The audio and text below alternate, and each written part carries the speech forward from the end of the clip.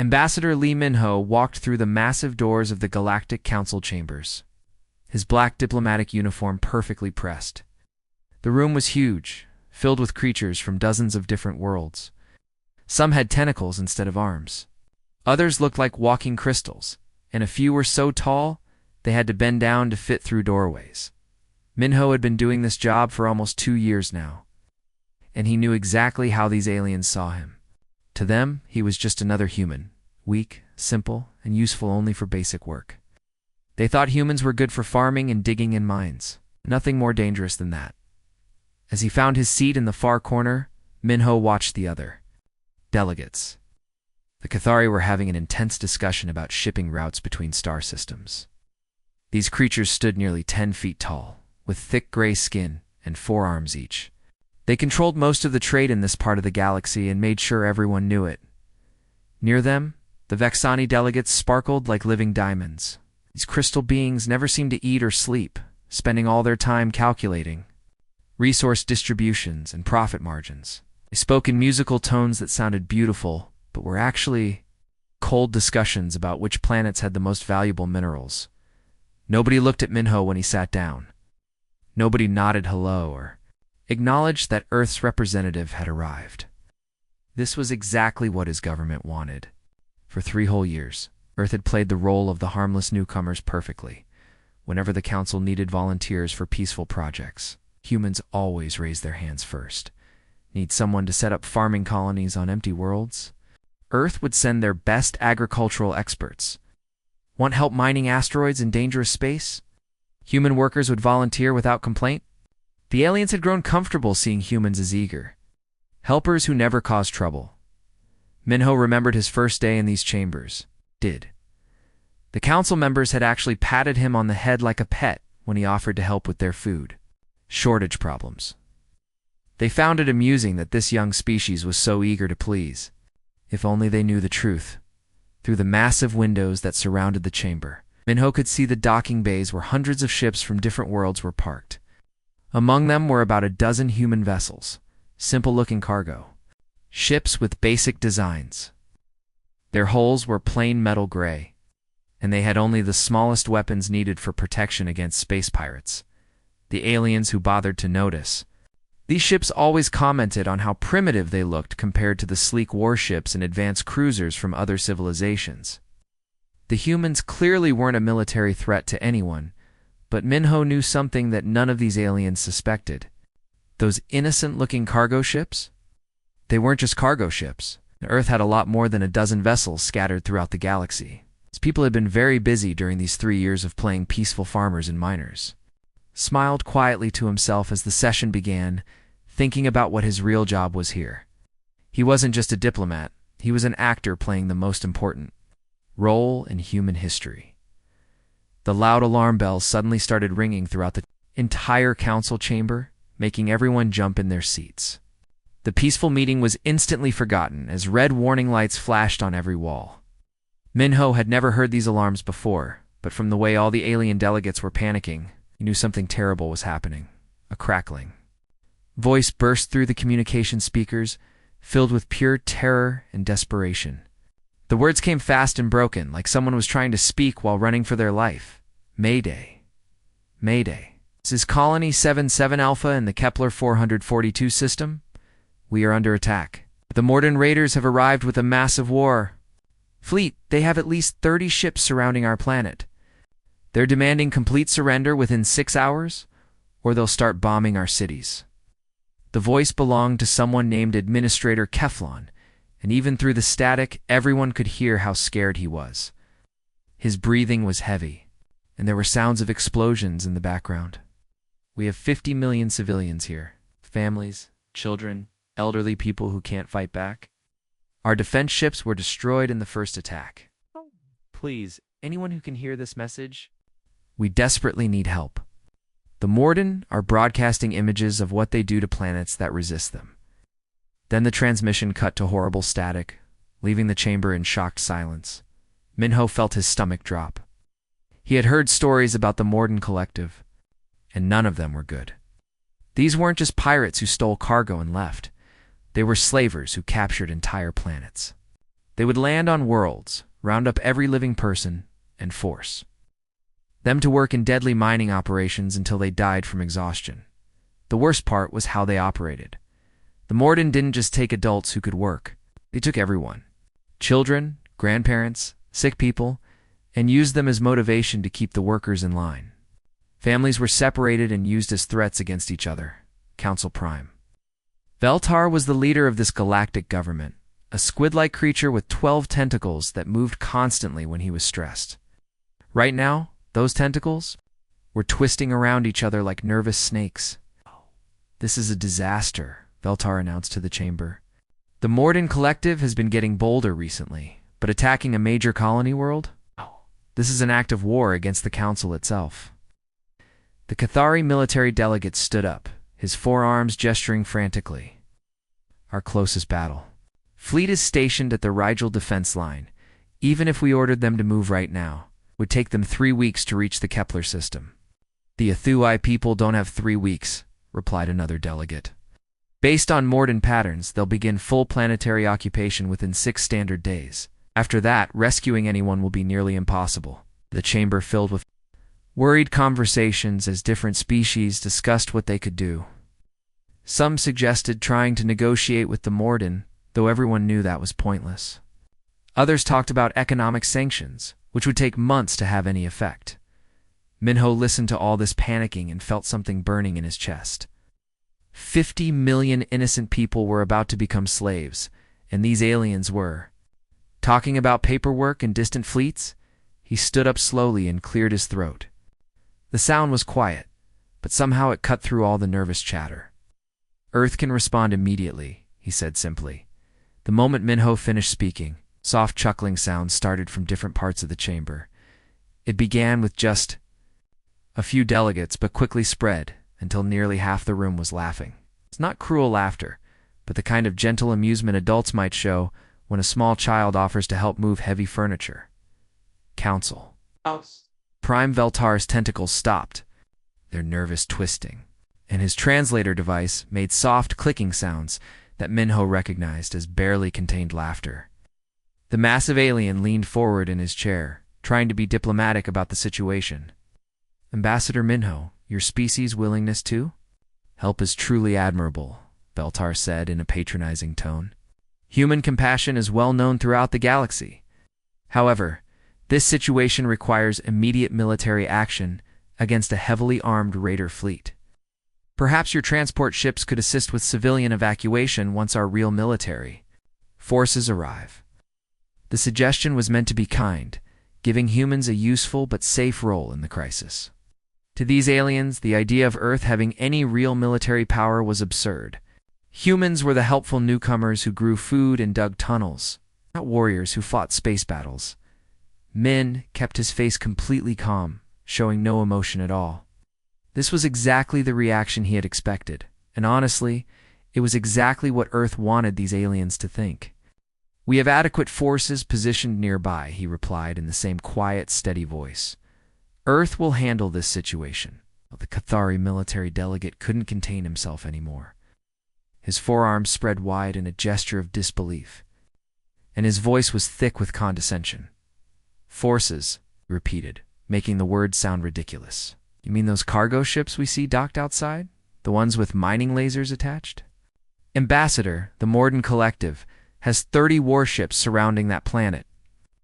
They have plasma cannons that can melt entire city blocks and shields that can deflect asteroid impacts." Other delegates nodded in agreement. The crystalline Vexani delegate chimed in with her musical voice, though her words were sharp. "Human vessels are designed for peaceful work. Mining equipment and farming tools cannot fight military-grade weapons." A few more chuckles echoed around the room. These aliens genuinely believed they were being helpful by explaining why humans couldn't possibly handle this situation. "Something like that," Minho answered with a slight shrug, as if he wasn't really paying attention to their concerns.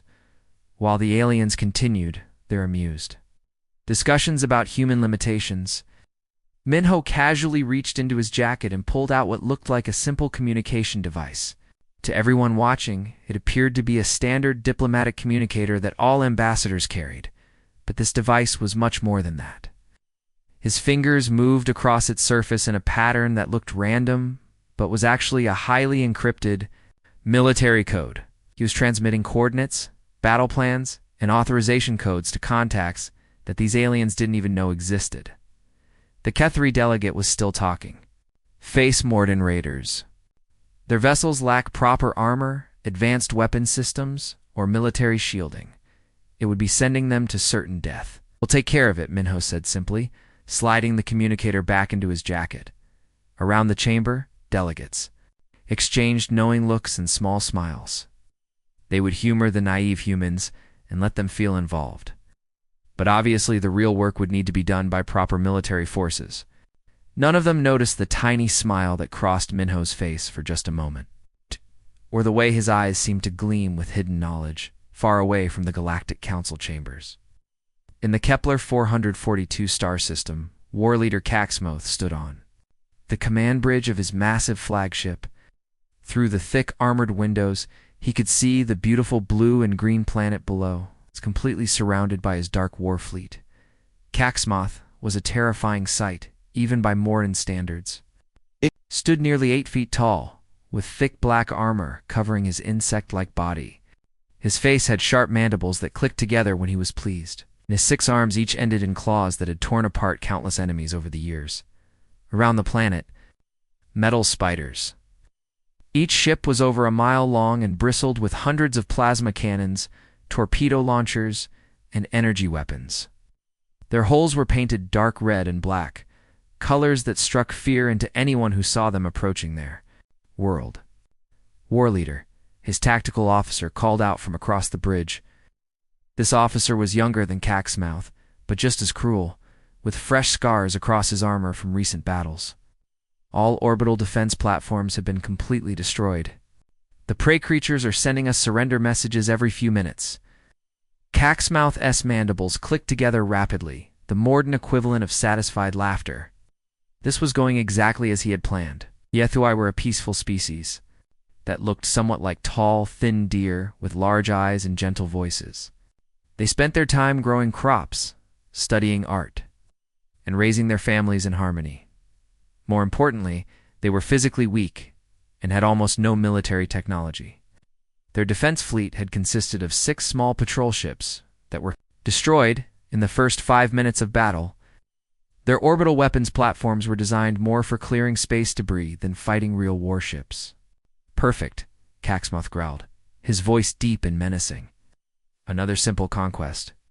These plant-eating weaklings will make excellent workers in our deep-core mining operations. He walked over to the tactical display, which showed a complete scan of the planet below. The HFY had built their cities in beautiful valleys surrounded by forests and rivers. Their technology was advanced enough to create comfortable lives, but they had foolishly spent their resources on art and education. Instead of weapons, begin targeted bombardment of their remaining military installations, Caxmoth commanded. But be precise with your targeting. We need those cities intact and the population alive and healthy. Dead slaves are worthless to the collective. His weapons officer nodded and began selecting targets.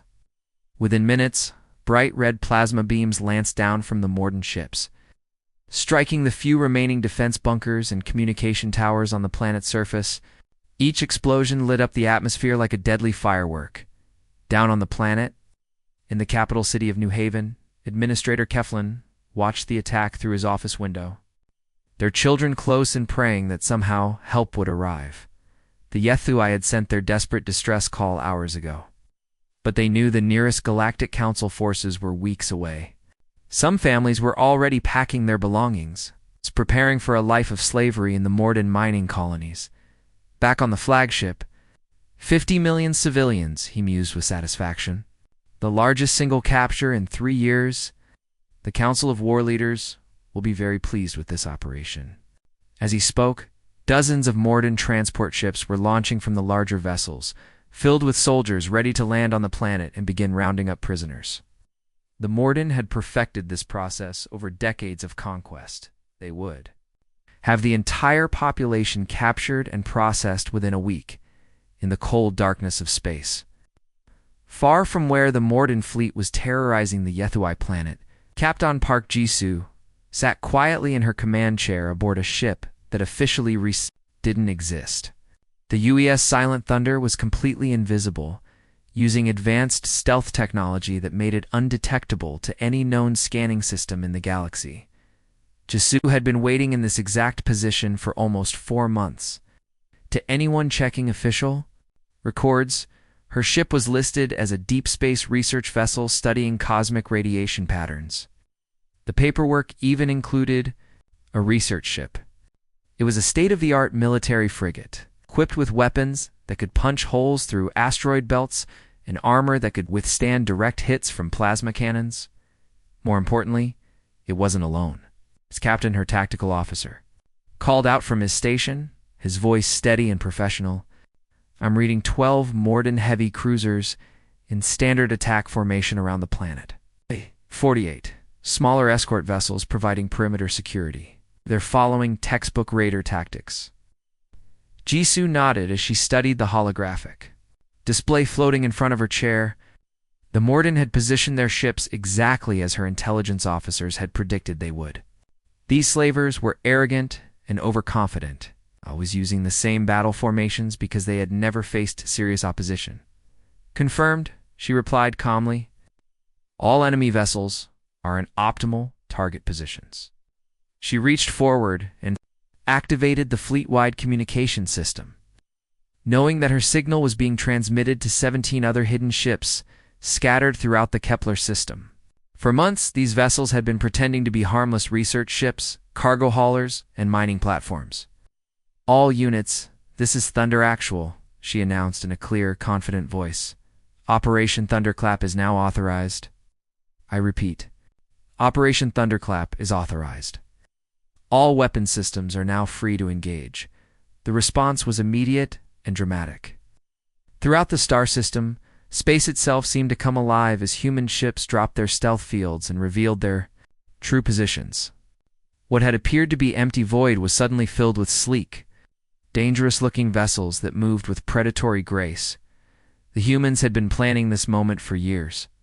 While the galaxy saw them as peaceful farmers and miners, Earth's military had been quietly positioning advanced warships throughout contested space. Every research mission and mining survey had been a cover for establishing strategic positions near the planet's North Pole. The massive dreadnought U.S. Retribution shimmered into existence like a ghost becoming solid. This ship was Admiral Kim Tae-young's flagship, a vessel that was larger and more heavily armed than anything the Morden had ever encountered. The Retribution had materialized directly behind war leader Kaxmoth's flagship, close enough that the human weapons could target specific sections of the enemy ship's hull. It was a perfect ambush position that the Morden had never seen coming. "Target acquired and locked," Admiral Kim announced over the tactical network, his voice carrying the calm confidence of someone who had planned every detail of this moment. "Gentlemen and ladies, it's time to show these slavers how Earth handles pirates who threaten innocent civilians." Throughout the system, human ship captains were receiving similar target assignments. Each Morden vessel found itself facing multiple human ships that had appeared from seemingly nowhere. The slavers, who had been confidently preparing to capture 50 million civilians, were about to discover that they had walked into the most sophisticated military trap in galactic history. The hunt was about to begin. The battle began with a sound that war leader Kaxmoth had never heard before. A deep, thunderous roar that seemed to shake space itself. The human ships opened fire simultaneously, and their weapons were unlike anything the Morden had ever faced. Instead of the colorful plasma beams or energy bolts that most species used, the humans fired solid metal projectiles at incredible speeds. These railgun rounds moved so fast they were almost invisible, appearing as brief streaks of light before they smashed into their targets with devastating force.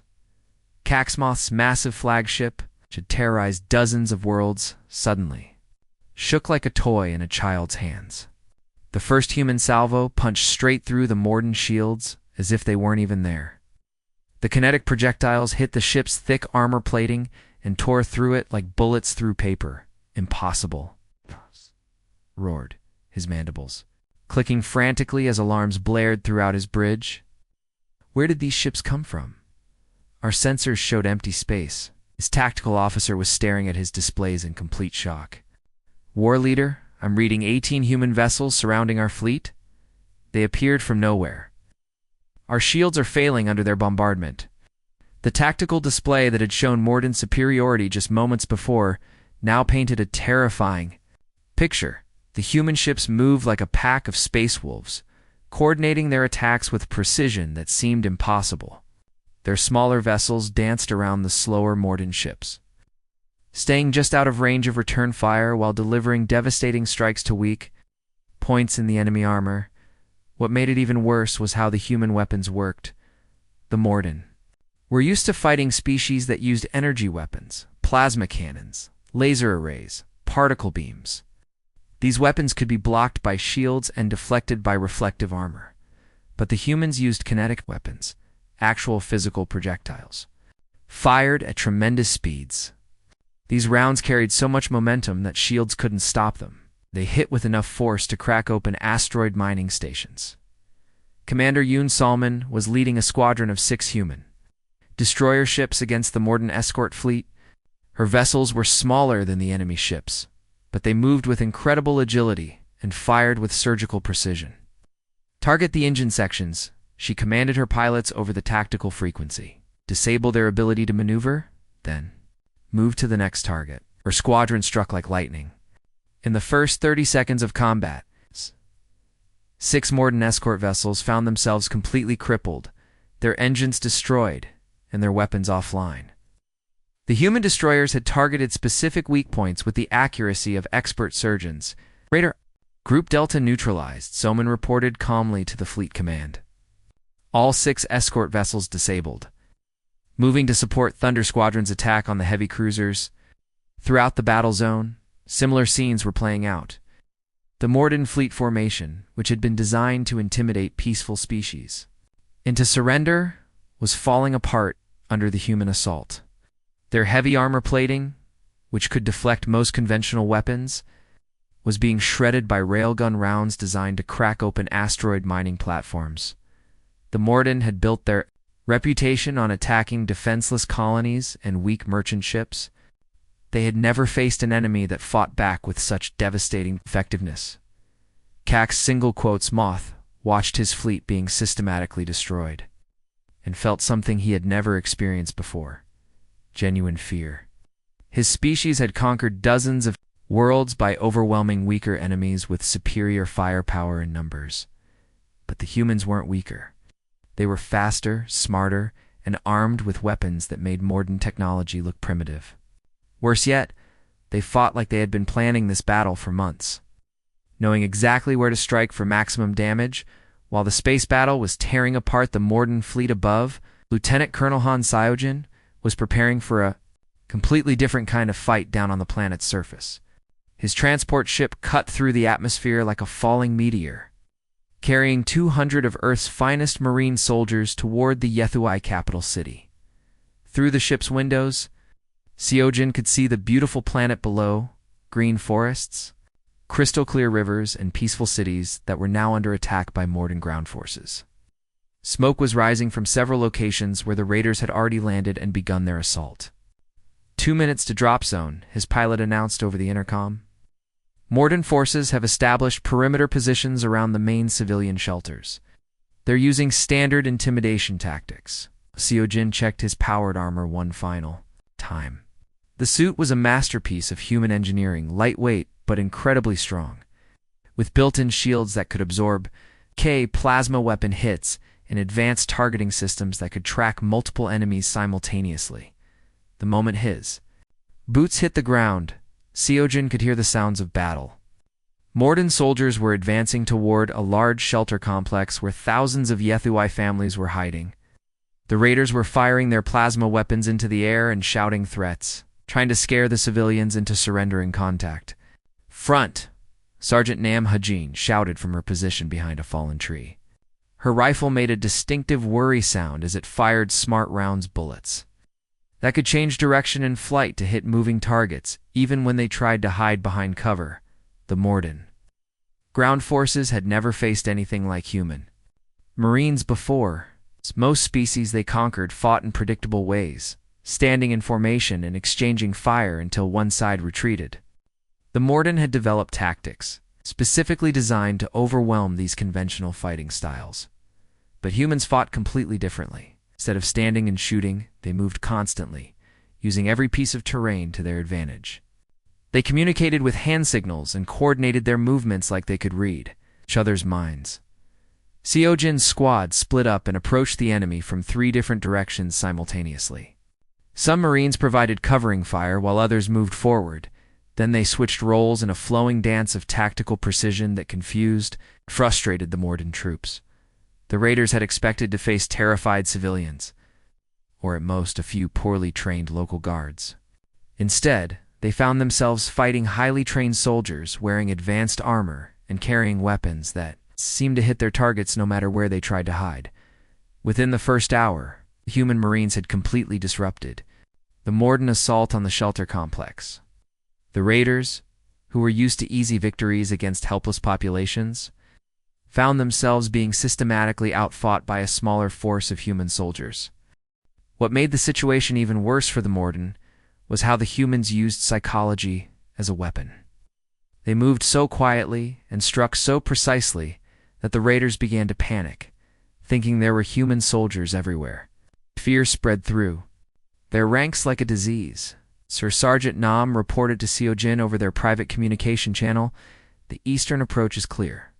The Morden troops are retreating toward their landing ships." 2 hours after the first human boots hit, the ground Seojin's battalion had completely broken through the Morden siege lines. The raiders, who had confidently expected to capture thousands of civilians, were now running for their lives, abandoning their equipment and vehicles in their haste to escape. Civilians secure, Seojin reported to Admiral Kim aboard the flagship, orbiting high above.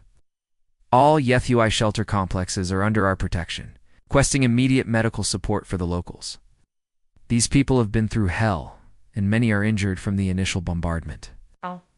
When the smoke finally cleared and the last plasma cannon fell silent, the Battle of Kepler 442 was over. What had started as a routine Morden raid on a defenseless colony had turned into the most devastating military defeat in the collective's history. War leader Akasmoth floated in a tiny escape pod, staring through the small window at the wreckage. That had once been his mighty war fleet, his flagship, the pride of the collective, was now drifting powerless through space with human soldiers walking through its corridors. The massive ship that had terrorized dozens of worlds was completely intact, but under enemy control. Around him, the debris field told the story of total destruction. 12 Morden dreadnoughts had entered this system, along with 48 escort vessels. Now, most of them were nothing more than twisted metal floating in the void. The few ships that survived were damaged beyond repair, their crews either captured or floating in escape pods like their former commander, Admiral Robbins. Kim's calm voice cut through the static on all communication frequencies, broadcasting to every surviving Morden ship and escape pod in the system. His tone was professional, but carried an unmistakable authority that made it clear who was now in charge. "Attention all Morden vessels and personnel. This is Admiral Kim Tae-young of the Earth Defense Force. You are defeated. Your fleet has been neutralized and your ground forces have surrendered. You will immediately prepare to be boarded by human forces. Any attempt to resist or destroy evidence will be considered an act of continued aggression." Caxmoth listened to these words with a mixture of rage and disbelief. In his entire military career, spanning over 20 years of conquest, he had never heard a surrender demand directed at his own forces. The Morden were the ones who made such demands, not the species that received them. Down on the planet's surface, the scene was completely different from what anyone had expected just hours earlier. Instead of Morden soldiers rounding up HFY civilians for transportation to slave camps, human medics were setting up emergency hospitals to treat the wounded. The HFY had suffered casualties during the initial bombardment. Compared to what would have happened under Morden occupation, human engineers were already working to restore power grids and communication systems that had been damaged in the attack. Administrator Keflin, the same terrified voice who had broadcast the desperate Mayday call, now stood in his capital city's main square surrounded by human marines. Tears were streaming down his face, but these were tears of joy and gratitude rather than fear. "I cannot find words to express our appreciation," he said to Lieutenant Colonel Han Seojin, his voice breaking. "With emotion, we thought we were doomed. 50 million of my people were preparing for lives of slavery, and now we are free because of your courage." Captain Ominje sat in his command chair aboard the cruiser U.S. Defender, preparing the final battle report that would be transmitted back to Earth Command. The numbers told an incredible story of military precision and tactical superiority. Operation Thunderclap complete, he dictated to his communications officer. Enemy fleet completely neutralized. With minimal friendly casualties, 12 Morden heavy cruisers destroyed or captured. 48 escort vessels eliminated. Ground forces routed with 0 civilian casualties during the liberation phase. Colony 77 Alpha is secure and under Earth protection. The report would reach Earth's command within hours, but the shockwaves from this battle would spread throughout the galaxy much faster. News of the Morden Collective's first major military defeat was already being transmitted by traders, diplomats, and refugees who had witnessed the battle. For centuries, the Morden had built their power on fear and the assumption that no one could stand against them. That assumption had just been shattered by a species that most of the galaxy still considered primitive farmers and miners. Ambassador Lee Minho walked into the Galactic Council chambers the next morning carrying a small datapad, just like he had done hundreds of times before. But today was different. Today, every single alien delegate in the room was staring at him with expressions ranging from shock to fear to complete bewilderment. The chamber was unusually quiet. None of the usual background chatter about trade routes or resource allocations. The towering Catheri delegates sat in stunned silence, while the crystalline Vexani had stopped their constant calculating and simply watched Minho take his seat without saying a word. Minho activated the chamber's main holographic display system. The air above the center of the room shimmered and came alive with detailed recordings from the Battle of Kepler-442. The footage was incredible. It showed human warships appearing from seemingly empty space, their sleek hulls gleaming under the light of distant stars. These weren't the simple cargo vessels that the council members had grown accustomed to seeing in their docking bays. These were predatory machines of war. Moving with a grace and precision that seemed almost alive, the assembled delegates watched in absolute silence as the human fleet systematically destroyed what they had all considered to be an unstoppable Morden raider force. The Morden Collective had been terrorizing this part of the galaxy for decades. Everyone had accepted that they were simply too powerful to be stopped by conventional means. But the humans made it look easy. Their ships danced around Morden, plasma fire like they were performing an elegant ballet. Their weapons punched through enemy armor that had previously been considered nearly indestructible. Most shocking of all, they did it without losing a single vessel. Council Prime Veltar was the first to find his voice, though it came out as barely more than a whisper. His tentacles were completely still for the first time anyone could remember. "Impossible," he breathed, his translator struggling to convey his disbelief. "Your species told us you had no military capacity. You said you were peaceful farmers and miners." Minho looked up from his data pad with the same calm, neutral expression he had worn for 3 years of council meetings. But now there was something different in his eyes, a quiet confidence that hadn't been there before. "We never claimed to have no military capacity," he replied in his usual soft voice. "You assumed that. Earth has always maintained adequate defensive capabilities to protect our interests and those of our friends." The truth was hitting the delegates like a physical blow. For 3 years, they had watched humans volunteer for peaceful missions, offer help with agricultural projects, and quietly accept minor roles in galactic affairs. They had patted these newcomers on the head like helpful children, but the footage showed technology that was decades ahead of what most council species possessed. Human ships that moved like they were reading their enemies' minds. weapons that operated on scientific principles that defied everything the galaxy thought it knew about physics, and soldiers who fought with mechanical precision while showing remarkable care for civilian populations. Council member Dalthani, spider-like creature with multiple eyes, leaned forward in her chair. Her voice was carefully controlled, but everyone could hear the underlying tension. "How long have you possessed such capabilities?" she asked. Minho's smile was polite and diplomatic, but there was something cold behind it that made several delegates shift uncomfortably in their seats. "Long enough," he answered simply. "Earth has always preferred peaceful solutions to our problems. We enjoy working with other species on projects that benefit everyone. But we have also always been quite prepared for the alternative when peaceful solutions aren't possible." The chamber remained silent as the implications sank in. The quiet, helpful humans who had been growing their food and mining their asteroids were actually one of the most advanced military powers in the galaxy. They had been watching, learning, and positioning themselves while everyone else saw them as harmless newcomers. The galaxy's perception of humanity changed forever in that moment.